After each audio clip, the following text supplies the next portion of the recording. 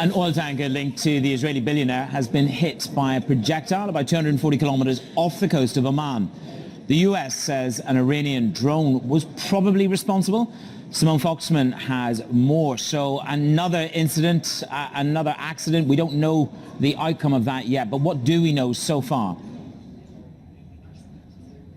Well, U.S. and Israeli officials seem to believe this was definitely caused by Iran. This happened late Tuesday night. Minimal damage, we understand, to the tanker itself, which is owned by a company led by Idan Ofer, who is an Israeli billionaire, hence the involvement of the Israelis in this. A very strong statement from National Security Advisor in the U.S., Jake Sullivan, who said that there is no justification for the incident and that it fits a, quote, pattern of such actions and broader destabilizing activities by Iran in the region. We've seen a spate of maybe a little bit of escalation around the Gulf of Oman, Persian Gulf area, but you kind of have to put this in context of what's happening within Iran itself, wondering if this is maybe a distraction from that. There is an upsurge of violence in Iran around these ongoing demonstrations. 15 people, guys, killed since just Tuesday alone as these strikes, as these protests continue. In particular, the last couple of days have been the 3-year anniversary of 2019 fuel protests, the recent big protests before this latest round.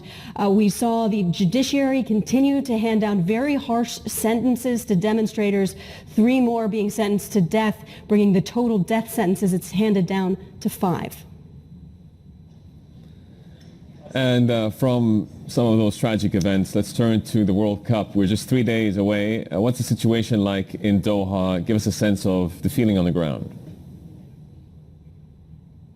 It's very busy here. It hasn't been this busy ever in my recollection over the past 3 years. And that's really what's been signaled in the numbers. There are some 3 million people in the country. This is pretty much the last day of school being in session. The official end of term date is tomorrow, Friday, which is a weekend day. So all the kids are going to be out in the streets. You see traffic when you go everywhere.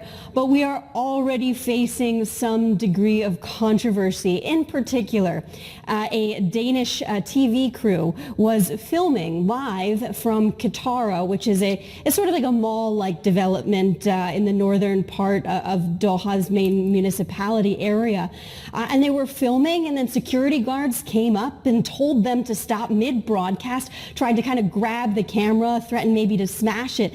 And this set off an international incident, frankly, because these broadcasters are officially, by their accreditation, allowed to film there, even though filming there isn't something you can normally do without a lot of approvals. The organizers immediately apologized to this TV crew, but we're seeing these viral moments, guys, really take over Twitter and the like. And again, we're watching whether or not this sort of thing continues as we get into the actual match-playing phase of the World Cup.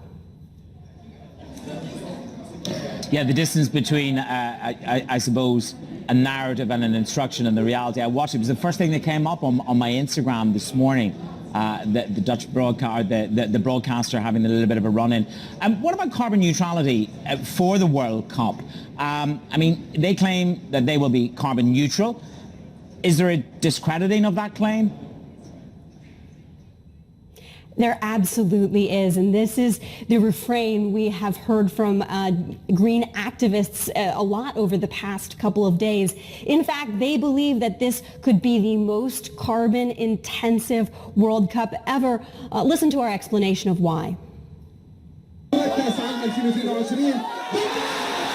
2010, FIFA announced that Qatar would host the 2022 World Cup.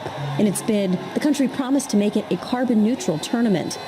But as the matches approach, environmentalists are claiming that Qatar has greenwashed the World Cup and that the event will put millions of megatons of carbon dioxide into the atmosphere. So that claim is mostly a PR play. Essentially, there is no way that a mega event of that size can be carbon neutral. FIFA can do better and should do better. And you know, my focus would be on encouraging them to do that for the next World Cup. The UN defines carbon neutrality, or achieving net zero carbon emissions, as balancing a measured amount of carbon released with an equal amount offset.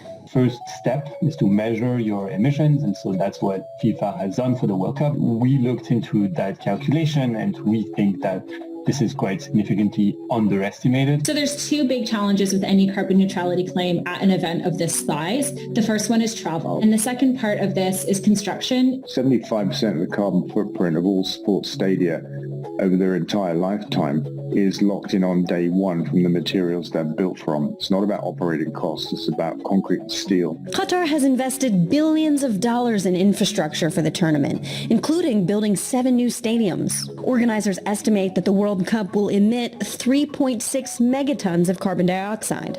The construction of the stadium is the most problematic element because it's the element that we think was most massively underestimated. From that factor, we think the total footprint would be 5 million tons.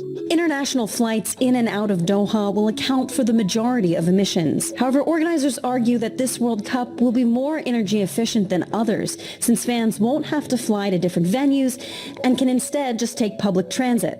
The sticking point is always the flights. Most Olympics and World Cups, it accounts to more than 85% of total emissions. Balancing carbon emissions with offsets is key to carbon neutrality.